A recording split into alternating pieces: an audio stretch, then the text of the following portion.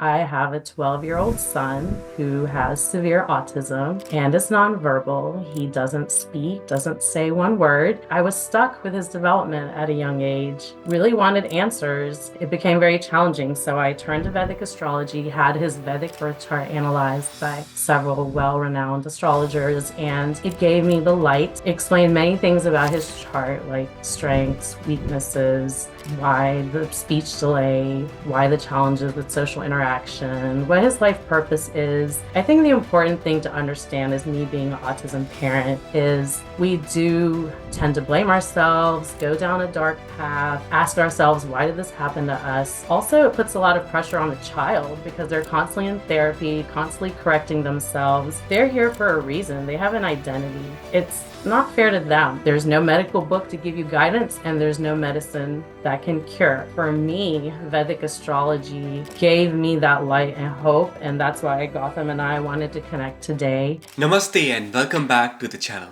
Today we are diving into a very sensitive yet incredibly important topic, and that is autism in the birth chart. Can Vedic astrology, Jyotisha offer insights to help parents understand their child better? What planetary patterns or nakshatra might hint at such an event or such an thing in life, neurodiversity? Joining me today is someone deeply compassionate, insightful, and knowledgeable. Today I have Lisa Gandhi, an astrologer, energy healer, actually a special needs educator who's been working with many clients and families over a decade. This is not about labeling, it's about understanding the subject, the topic. It's about using the ancient science of Jyotish to support, to guide, and to uplift families on their unique journey. So, if you are a parent, a teacher, or just curious, stay connected with us. In the next 45 minutes, what we will learn is we will explore about what planetary placements may relate to autism spectrum traits. Second, how the moon, the Mercury, and certain nakshatra plays a role, and what are the houses in the birth chart which plays a role. And the third, most importantly, what parents can actually do astrologically and spiritually to support their child. So let's get started, and please hit the like button to support our work.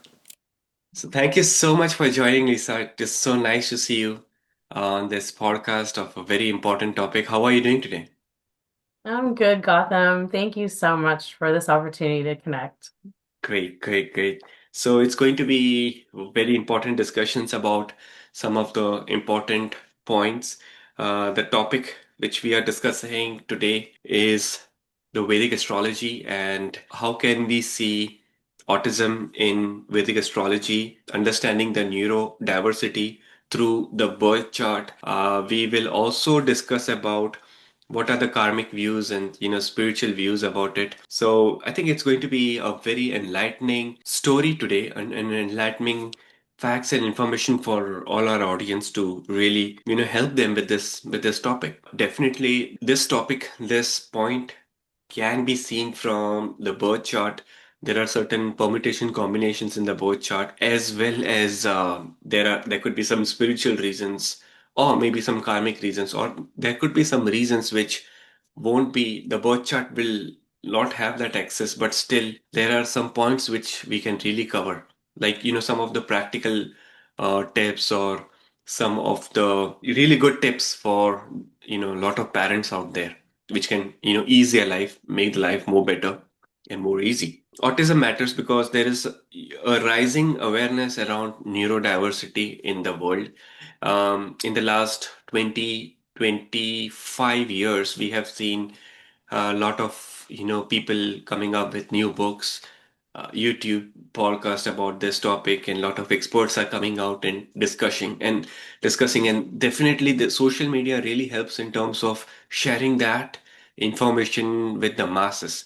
Because earlier, like 50 years back, we didn't had all these help. We didn't had all these tools. I feel that this generation, through such tools, through such platforms, we can really reach the masses and really help to discuss about all these all topics, important topics like this. I would want to introduce yourself to all our audience? So, hi everyone. I am Lisa from Lisa Astro Channel, and I appreciate you, Gautam, for having this opportunity for us to connect.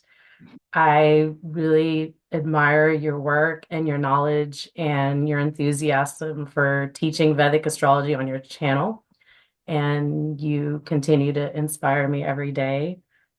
So some background on me is I don't come from a lineage of astrologers, nor did I have exposure to Vedic astrology growing up. I got introduced to Vedic astrology in my 20s, during a time where I was stuck and felt lost and experiencing delays in my life. And I had a close friend recommend that I get a Vedic reading done by someone in India, and I live in the US.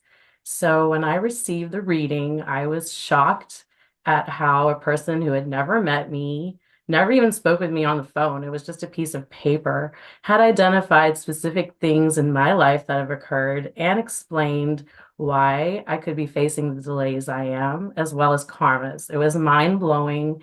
And from that moment, I felt empowerment and a strength that I'd never felt before, because we tend to blame ourselves when we experience delays or we don't feel like we're meeting the timelines. And so going along with my energy and understanding my chart was very empowering, and it opened up the journey to exploring Vedic astrology and learning the concepts and studying my own birth chart in a deep manner, which has given me the strength, confidence, and purpose, and going along with my energies, which now I have so much passion about it. And I teach basic concepts on my channel and do consultations. I've guided many in my life and help them overcome challenges and given them direction in their life. So, more importantly, I have a 12-year-old son who has severe autism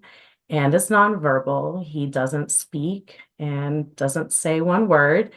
And I was stuck with his development at a young age and really wanted answers. And it became very challenging. So I turned to Vedic astrology, had his Vedic birth chart analyzed by several well-renowned astrologers, and it gave me the light and explained many things about his chart, like strengths, weaknesses, why the speech delay, why the challenges with social interaction, what his life purpose is. And I think the important thing to understand as me being an autism parent is we do tend to blame ourselves, go down a dark path, um, ask ourselves, why did this happen to us? And also, it puts a lot of pressure on the child because they're constantly in therapy, constantly correcting themselves, and they're here for a reason. They have an identity, and it's not fair to them. So, with the Vedic astrology, I learned so much about my son and what his life purpose is, what his strengths are, what really matters to him. And I interact with him and take that all that into consideration when he goes through his daily life. And it's been very empowering, because with autism, it's a spectrum. Each case is different. And any condition where there's no cure, it's daily struggle. I cannot emphasize how hard it is. There's no medical book to give you guidance, and there's no medicine that can cure. So for me, Vedic astrology really gave me that light and hope. And that's why Gotham and I wanted to connect today and share with you, help many people going through a condition with no cure, how you can identify things and really help impact your life positively. So now I'll turn it back over to you, Gotham. Absolutely. You have said one very important information that astrology can really help to identify the strength and weaknesses. So when we look at autistic kids birth chart, you have said that there is like every case is different. Every child is have different sort of strengths and weaknesses in this particular topic. So I feel that yes, that is true. In astrology also there would be so many permutations and combinations which could be the reason. But have you seen or noticed any specific combination which could be the reason of autism? I know with Mercury, well, certain things ascendant being afflicted, Mercury being communication and speech, um, being afflicted, with the malefic planets, second and third house having affliction, second house is speech, voice, third house communication, and then the Yeah. social aspect, the seventh and 11th houses having that affliction, and then the moon, the mind, and the sun as well. So I mean it correlates so many things, but there are things with autism. You can either, most of the children are really hyper energy. So my son having his Mars in sixth house, he's like a superhuman, like has so much energy all day. And knowing that, you know, I from his chart that he needs that physical energy, and then nature really calming him, giving him exposure to as much nature as possible. So those kind of things can help as far as the traits. The really shy ones have a really afflicted moon. My son has, like the spiritual inclination with planets in eighth and 12th house, or aspecting eighth and 12th. When I play specific prayers for him, he really calms down during meltdowns. So knowing these things, or even the health aspect, he walks extremely high on his toes, which toe walking is common in autism, but not as extreme as it is in my son's case. And he even stumps doctors. Have never seen a case like his. And he has Rahu in his 11th house of ankles, making Okay. that so extreme and exaggerated that learning that doesn't cause me to worry about why is there's no case like this, and address it in that manner, knowing it's unique. Yeah. Mm. In my past, I have seen certain cases, and in most of the cases, it was, as you have rightly said, the moon is afflicted. Eighth house, 12th house, sixth house, third house. These were like the primary houses which came in the picture. Why eighth house? Because eighth house is related to some sort of physical challenges. 12th house is, very hyper. It's the house of, hyper energy. Sixth house is long-term disease also. Sixth house is related with disease. Third house is the communications. How the native is, or how the child, how the person is communicating. But definitely the moon and the Mercury combination in these houses were seen in some of the cases. So because Mercury is related to the intellectual, the communication, and if Moon is impacted with this two planets in these houses, then definitely there's something about it. And what we have noticed that in the parents chart also there could be certain challenges. For example, fifth house, in any parent's chart, fifth house is related to kid or child, children, kids. If they have the planet of, if a native has a planet of their kids, which is D7 Saptamsha, divisional chart.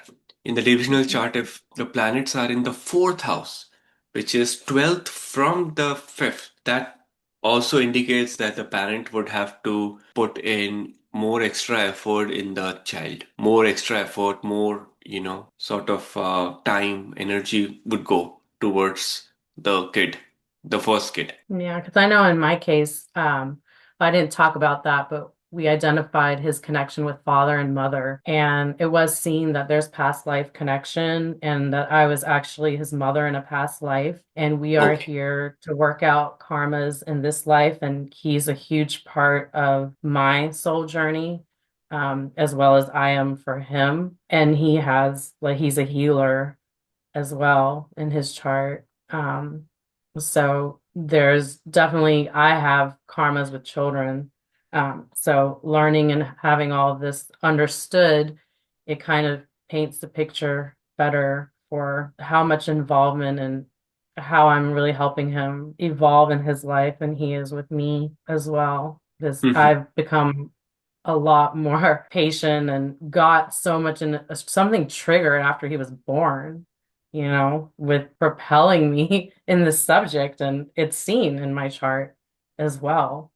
So it's very fascinating. You have mentioned that, sometimes it is, or most of the time it is like karmic as well. Like, in the past life, there were some pending karmas related to the child and the parent, which continues in this life to finish up the pending karmas. Mhm. So, how can we see, or rather, what are the houses should we focus on the past life karma related to this? Yeah. So, I mean, definitely we want to look at the Rahu Ketu um, in his chart and in parents' chart, and then focus on his moon and sun and see relations, which houses, connections with the karmic axis and Saturn as well for karma. And then in my chart, I look at the D7 Saptamsha chart Yeah, where I saw the connection with child, and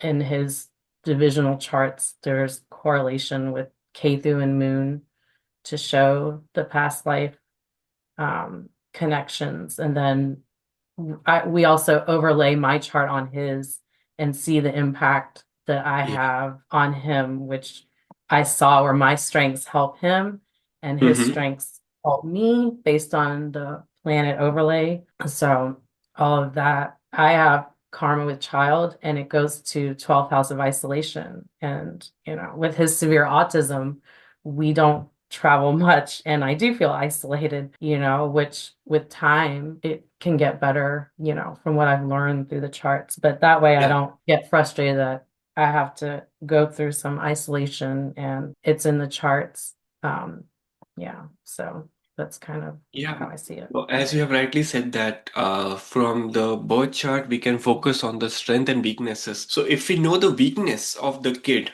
we can focus exactly over there. And if we know the strengths, then we can utilize it more. If the child is very spiritual, child is very intellectual. I have seen some cases of autistic kid wherein the kid is very good with either some creative work like drawing, painting, or they are good with playing chess, or they are good with some indoor sport, or they are good with some technique in their life. So typically what parents do is they push the child in that direction. If the child loves drawing, art, painting, so we try to push that in that direction. Of if the child loves to create something or do something, so the strength can be used in the right way. And weakness is definitely, if there is any particular weakness due to particular planet, so there are two ways to help or make the weakness better. One is spiritually, which is through mantra chanting or through the remedies of that specific planet, or through practical, things like some hands-on games, some hands-on practical tips. And as a parent, this is a matter of research for the parents too, that what the kid really likes, and where it is making the child more happier, more better version, week on week, month on month. There are so many Yeah. like Hmm. toys, tools which are available on Amazon. I saw one of the videos of yours on the Instagram, so I'm going to share your Instagram link definitely to all the parents out there in the podcast, in our channel there. So, can you share Yeah. your experience about that, please? Yeah, so I have an Instagram account dedicated to best practices because I have documented everything and I want to share with parents. It's so hard. And so I share raw videos, me interacting with my son and things that have worked. I think the biggest thing that's amazed people is toe walking, but it's autism mom hacks and it will be in the description. Yeah. I do share many things and have received great feedback from parents. Because age 2 to 5, I would say is the most challenging because the child is learning their body and getting acquainted with many things. And I'm just putting out fires constantly. And I was using other people's pages to really help me pick up some best practices. And that's what inspired me to open this page once my son got older. And now I can talk about my experiences and how Vedic astrology helped you talk about the strengths and the weaknesses and what they're really good at. My son has a very controlling and rebellious personality, so age 2 to 5 therapies didn't work, speech therapy didn't work. The therapists were using their techniques from the guidebooks, but we weren't accomplishing anything. And so learning this now, I kind of use a more creative approach with my son when it comes to learning, and he's more into games with a strong Gemini influence. So making things fun and being more interactive in his learning. And I really thought he was slow age 2 to 5, but now he's showing that he was really in control and didn't want to learn anything. And he's really smart and in his own way. So again, Vedic astrology really helps bring a lot of these pieces. It fulfills our life better, I'd say.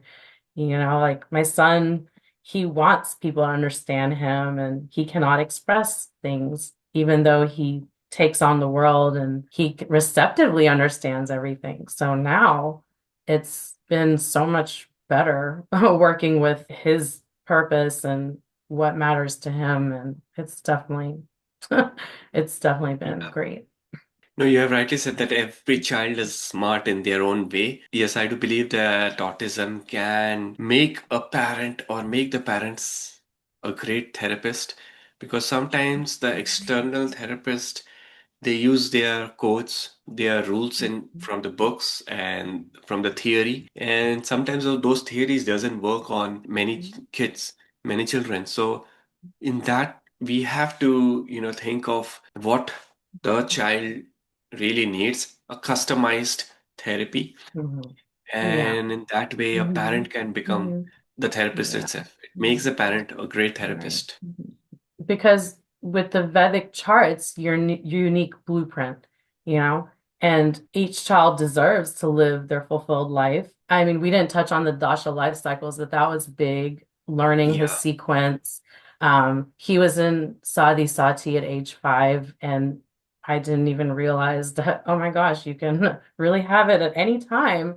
And once I discovered that and realized that was a tough time. And if I got through that, I can get through anything. Yeah. But he is in a tough cycle, and I'm aware of that. So I don't beat myself up. And there's light later on when he's really gonna, come up in the world and do great things with the skills, the specific skills that have been identified that he has. So I like to use this analogy with Vedic astrology. Like, people may know their strengths and they may know what career they're best at. So they have the puzzle pieces in their hands. But why are they feeling stuck? Why are they not getting that promotion? Why are they putting effort into a relationship? Why is it not coming together? Well, that's where a Vedic astrologer can analyze the Vedic birth chart and put these puzzle pieces together and paint the bigger picture of timing and really the transits and what your Vedic birth chart has provided for you with your strength of planets and where you need to put in more effort and karmas and soul purpose. And then you'll be able to take advantage of timings and build your career and find that great relationship or strengthen the relationship and be mentally at peace and prosper. So that's, I like that astrology. Yeah. I mean, that analogy for astrology. Well, that's a great point which you have discussed, and that's a good point to be highlighted. And definitely, it can really help to see the weaknesses and focus more on that for the betterment of the kid. We were discussing about the Mahadasha.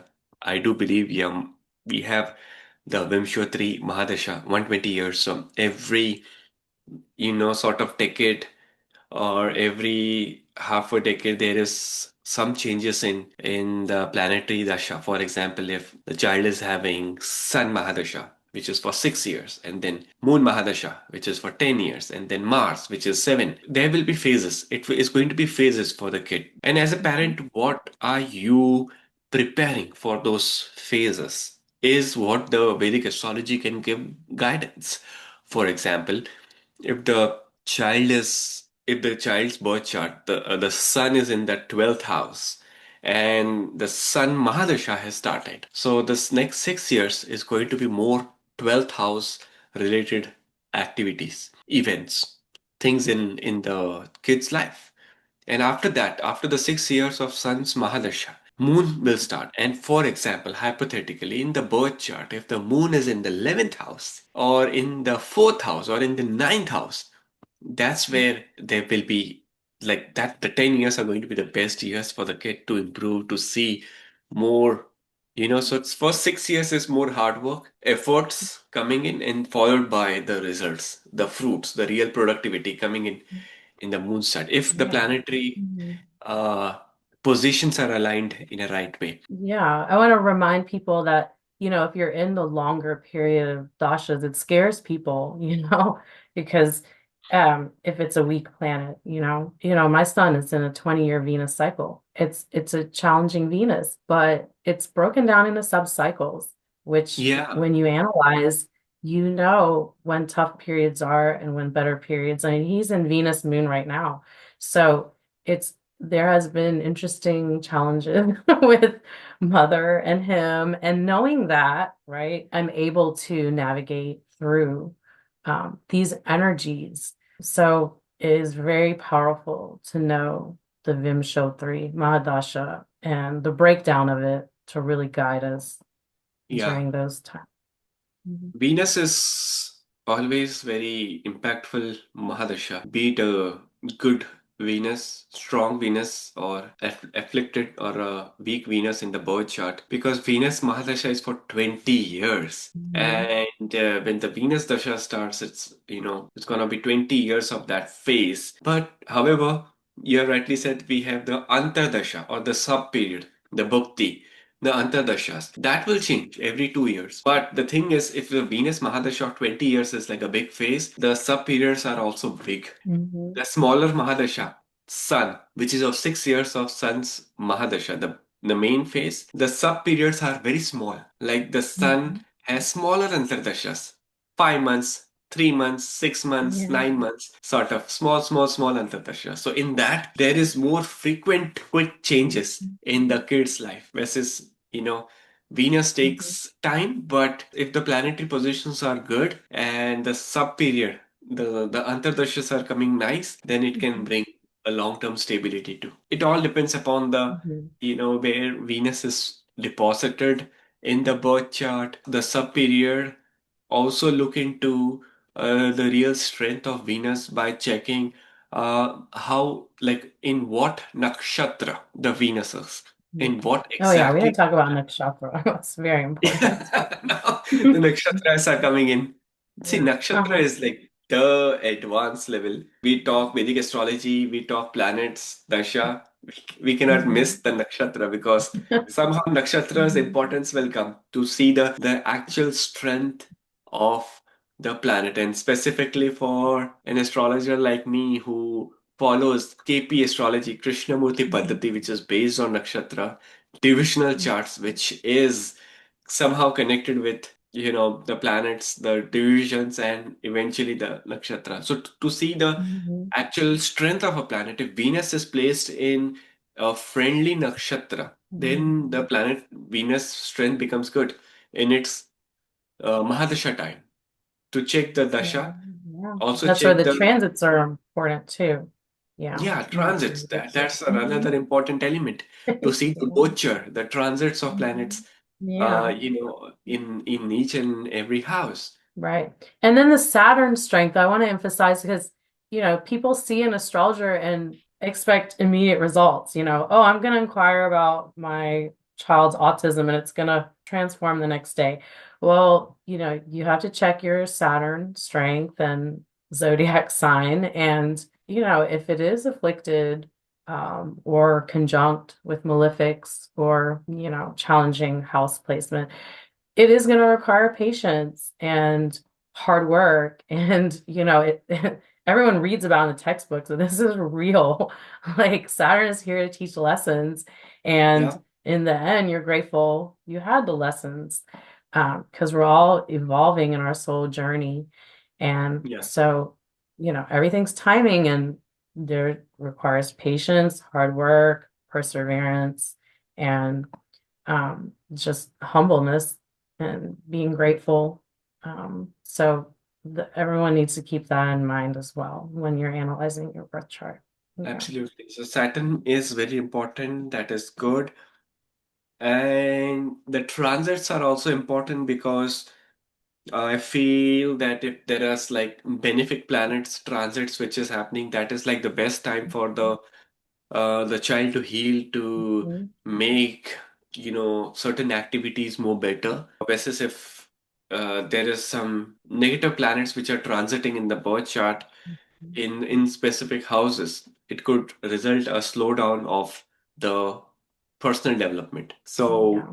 the Mhm. phases, it goes in the dasha, the transits, as well as Mhm. like if I have to break down astrology in a nutshell, it's there are three foundations, not just one. One is the birth chart, the lagna, the ascendant chart, which shows the yogas, the planetary yogas, like where the planets are placed. It will decide the roadmap, and the roadmap is fixed. Yes, we can alter, we can, understand the strength and weaknesses and try to use like an, astrology as an GPS to make the child's development more better through the roadmap. Second is the Mahadashas, which is the phases, and third is the transit of the planets. Third Right. foundation is the transit of the planets, which can tell us which months are good in a year and which months, because we have like 12 months in a year, and not every month is super good for every one of us. Some months are good, some months are not good. Some weeks, some days are good, some days are not good. It's all the Mhm. stars which are transiting, which are moving in our birth chart. Let's Right. talk about the D30, the spiritual aspect too. See, D30, coming from a background of divisional charts, when practicing divisional chart from like over a decade now. Before that, I was practicing Parashari. I also practiced some more different methods of Vedic astrology, which I've touched base on Gemini. Practiced KP astrology for many years initially. I'm talking about between 2009 to 2015. I was practicing these in 2015. I was very much convinced with the divisional charts. D30, Three Samsa, is an important divisional chart. A lot of books, if you look at any online resources or any divisional chart books, it will say that D30 is associated with some terrible problem of our life or some disastrous thing, Misfortune. So they used to say. misfortune of our life. Okay, yeah, that's a exactly right word.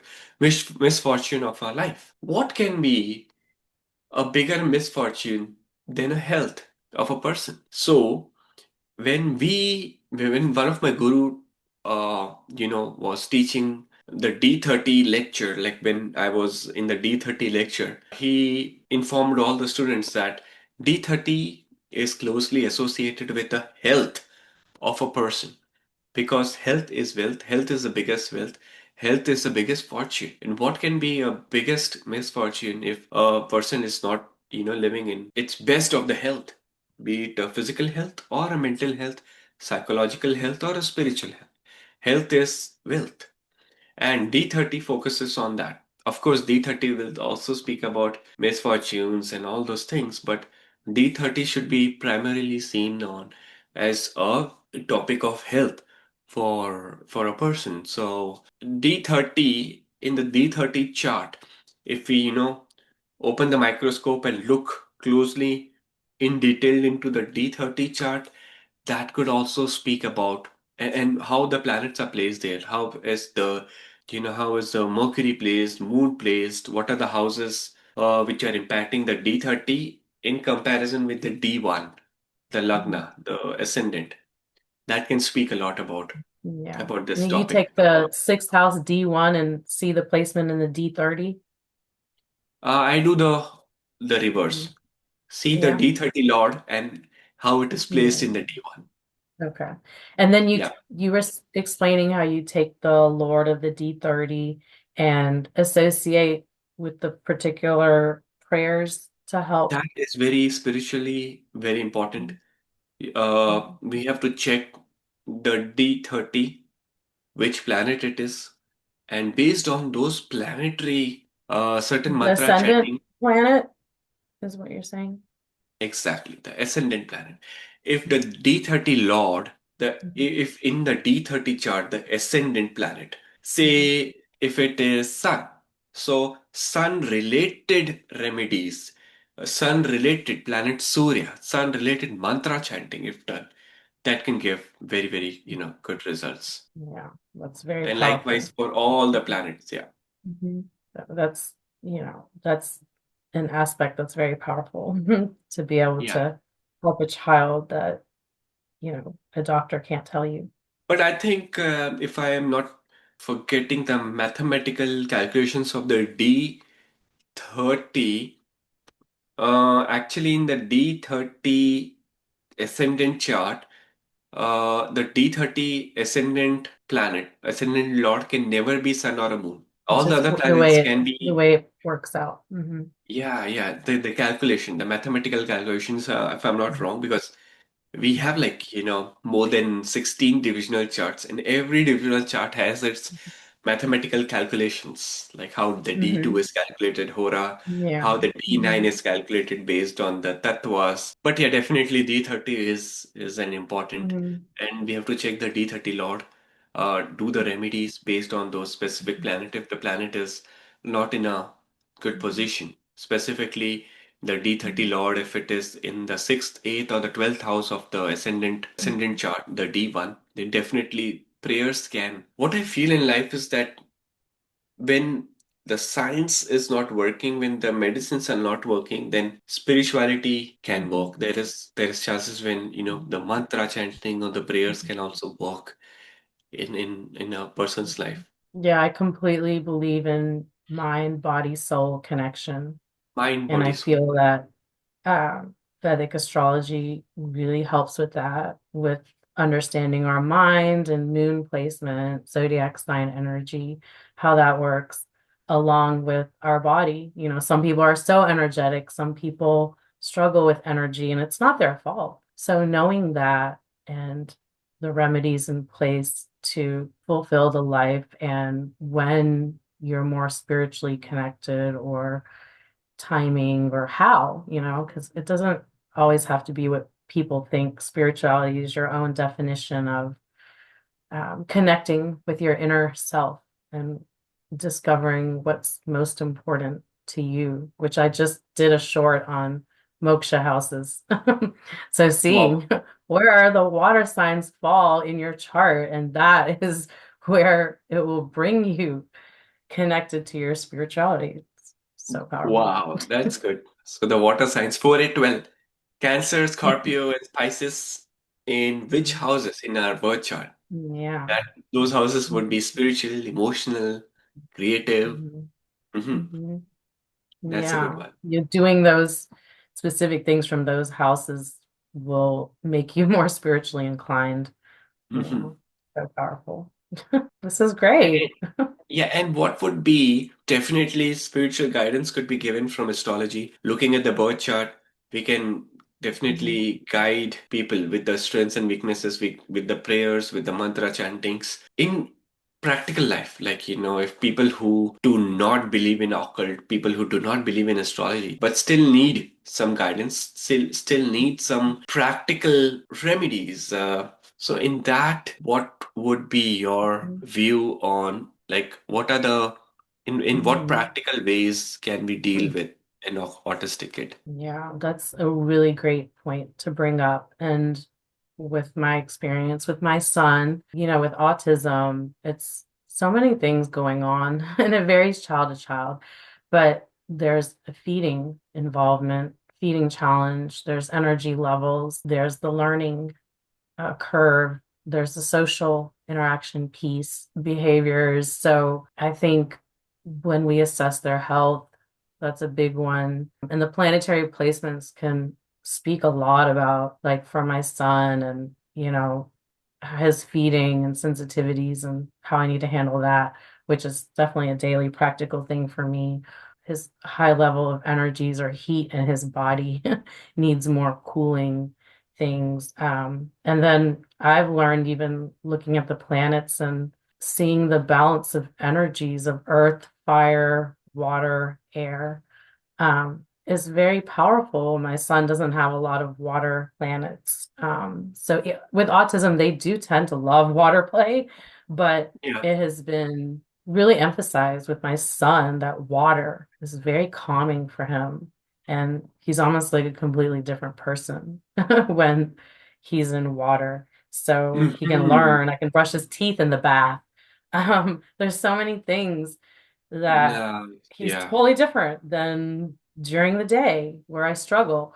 So I feel like, I think the astrologers, the modern day astrologers like me and you can really take this Vedic analysis information and present it in a practical way instead of just, we're helping people all over the world. So they may not be familiar with the mantras or they may not want to wear a gemstone. So really catering it to how it can help them with their daily life in the next 5, 10, 15 years and how the parent can get their own self-care because that's important. So in the child's chart, you can see how the mother can be strengthened. So Yeah. uh it's really presenting it in that manner it's so important to make it practical in our day and age where Yeah. everything's so expensive and parents need to work and this child is taking up our whole day and how do we get in the help and give the financial guidance and I think that's how we can help them. And that's how your Instagram really helps, inspires a lot of parents out there. So Yeah. that is, And I've done a video on autism as well that I know that you're going to link. yes, I'm going to put that link in this video about the wonderful video which you did in the past to give Mhm. more information on this topic. So definitely, yeah. All right. Well, this was great. Yeah, it was this great, great discussion. Thank you so much once again Yes. Yes. for Thank you joining so us much, Beth. and Yes. sharing your thoughts, your perspective regarding this, and I'm sure it will inspire a lot and keep doing the good work which you're doing online and helping people. Oh, that's fantastic. Keep the good work on. Thank you so much. I appreciate it. So, we hope this conversation has offered you not only astrological insight but some emotional reassurance. Every soul is unique and every chart holds a divine design. Thank you so much, Lisa, for sharing your wisdom, your experience, and your heart with us today. You will find all the links of Lisa's Instagram, YouTube, and other resources in my description below. If you found value in this episode, please hit the like button, subscribe, and share with someone who might benefit from it. Also, leave a comment with your thoughts and questions. We would always love to hear from you. So, until next time, stay connected to the stars and stay grounded in love. I'll see you in the next video. Take care.